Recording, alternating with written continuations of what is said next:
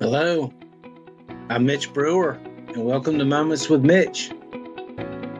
I'll be your host, Mitch Brewer. That's me.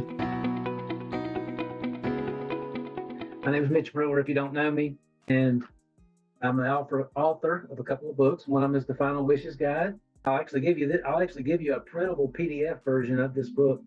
It won't include like the foreword and about the author part, but it does have the part where you fill out what your final wishes would be. My mother inspired me to write this book when she passed. And then I have another one called Medicare Made Simple. You can actually go to Amazon.com and just type in Mitch Brewer. Okay, am I holding that right? Yeah. Okay. And type in Mitch Brewer books, and you'll see them pop up. Okay. So today, and thank you, by the way, for stopping in here, because there's so many videos that you could be watching, and time is money, right? So time is money, and so I don't want to take up a lot of your time. In fact, I'm hoping to improve your money while you're sitting here with me for just a moment. I want to talk to you about a thing that I'm seeing going on right now and encourage people, or maybe just take a step back and actually think about this before you proceed. Okay. I've been seeing a trend where people are selling all of their stuff, like house, car, possessions, everything they have, and moving overseas. I can see why moving overseas would be tempting in some ways, because it's a lot cheaper over there, and the cultures are very different. And so, there's a lot of upside there. You've never thought about it or considered it. But I would like to encourage you to practice your retirement before somebody just like sells everything they have, house, cars, everything, and move somewhere. Go visit first. Don't just up and move somewhere because you watch some videos on maybe a certain country or something like that. I mean, would you really do that here? Would you really just like pick up and move? And I know people do. Like I picked up and moved in around 2010, year 2010. I picked up and moved. The housing crisis was going on, and some things were happening in my life, and I decided, I can move anywhere. And so I ended up moving 200 miles away, and it was very different. So when you start talking about like other countries, other languages, other cultures, even on my move, what I would consider local, because it was within the same state, it was a couple hundred miles, but it was in the same state. There was a lot of differences, and I had actually visited. Okay, I didn't just like pick up and go to a town I'd never been to before. I mean, in fact, it's not a good idea. Like now, I will tell you this: I rented a house sight unseen. That was one of the things that I did in that short little test about moving somewhere like that, and it wasn't what I thought when I got there. So I want to tell you a little story that I think will demonstrate why what I call practicing your retirement is a good idea. Back when I was like, I'm 58 now, turned 58 in January. But back when I was younger, I would say between sometime in my late 20s. Okay, I started getting this idea that I wanted a jet ski, and I always liked water. And my grandfather, he had a little boat that we used to go out on when I was a kid, and I had other people I knew had boats, and so I just thought, man, like I can get this jet ski, man, these things fast, and this is gonna be great. You know what I mean? I was going around, I was going to the dealerships, and I was looking at them, and I was getting the brochures and all this kind of stuff on these jet skis. And a little bit on down the road, I used to be married, and I'm not married anymore, but I used to be married. And we were going to take like a long weekend. And I found out here in North Carolina, there's a place called White Lake. And I discovered it actually looking through old photo albums. And I started asking questions like, where is this place? This looks pretty nice. And they're like, yeah, it's White Lake. And I thought, well, this is great. Well, at the time, I had a delivery business many, many years ago. And I would drive every weekday. I would drive from High Point, North Carolina, to down to the military base. It was down that way. You know what I mean? So I got the idea. I said, hey, like what we could do is, and I found out there was a place I could rent one of these jet skis. And so what we did is we decided on a long weekend, and I did my route. And after we did the route, made our delivery like we were supposed to. White Lake was just right down the road. So we got some place at White Lake, and I went out there and I was so excited. I rented like probably one of the biggest jet skis they had, the 3-man. I'm a big man. Now I have lost 150 pounds, so or I'd say about 125 pounds. Excuse me on this, but so before you start making comments in here about we know you need to lose some weight. Okay? I'm fully aware that I need to lose some weight. So I rented a 3-man. That way it would hold me and another person, me and my wife. And I was so excited, but it took me about 2 minutes after I had rented the jet ski. We started riding around the lake. I realized this is not what I really thought it was. When I'd ridden on the boats, if we got tired of riding or something, we could always pull up like a little cove and just sit. Well, if you've ever ridden one of these jet skis, it's very similar. It's not exactly like a motorcycle, but it's kind of like a motorcycle on the water.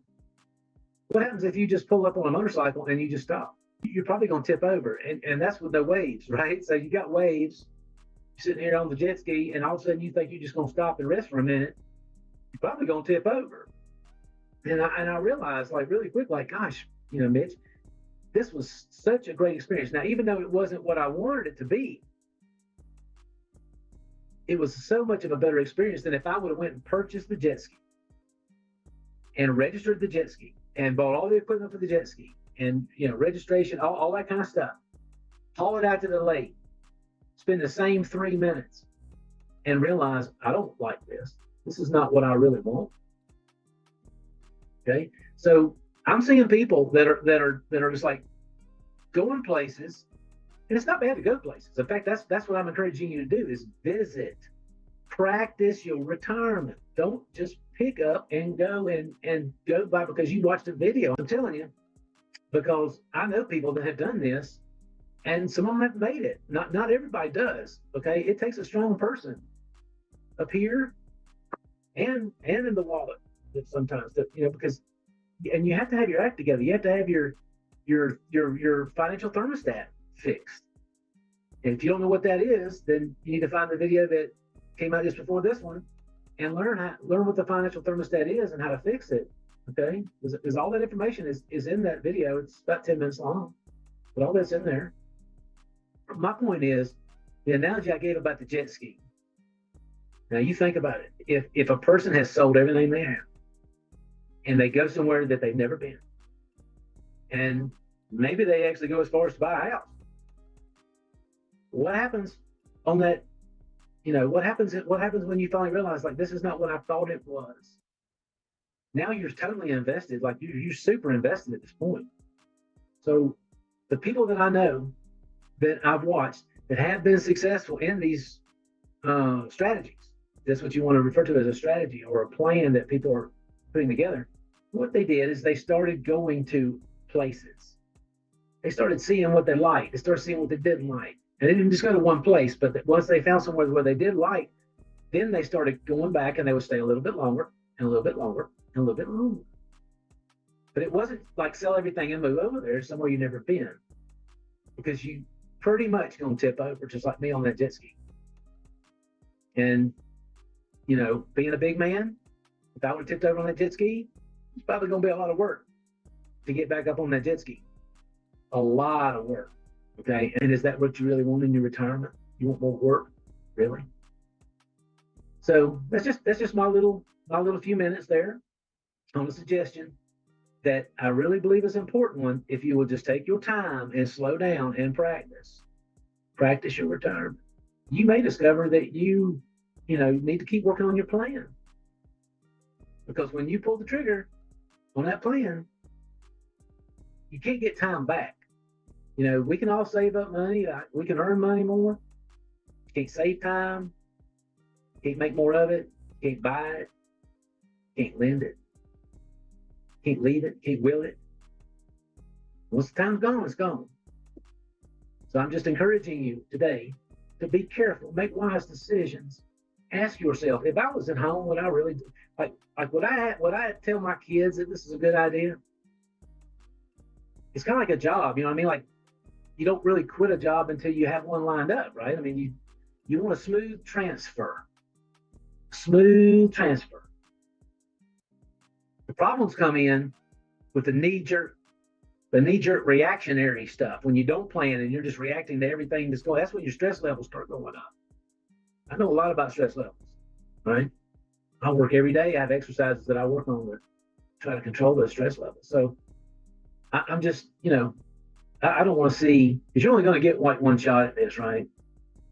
And I've just seen so many people that could have had a very nice retirement, but they didn't practice. And a lot of people, like, they get all the way to, I watched a video the other day of a man that he's been retired about 4 months, and evidently he didn't practice because he said he's bored. You know what to do. All right, so let's instead of spending that time in your retirement actually trying to figure out what to do, let's start preparing it now. Let's start practicing it now. That's what the weekends are for. That's what those days off are for. All right? That is a good use of your time. Time is money. Money's time. Make good use of it. All right? So thank you so much. Reach down there and just paint, just beat that like button down, man. That's the only payment I'm asking. Trying to help you. And all I'm asking you to do is hit that like button. Maybe share it. Tell a friend if you learned something. Because I tell you this is how I do my days. If I can learn something, it's been a good day. If I can help somebody else, it's been a good day. If I can learn and help somebody else, it's been a great day. So I hope you have a great day today, and I will see you next time.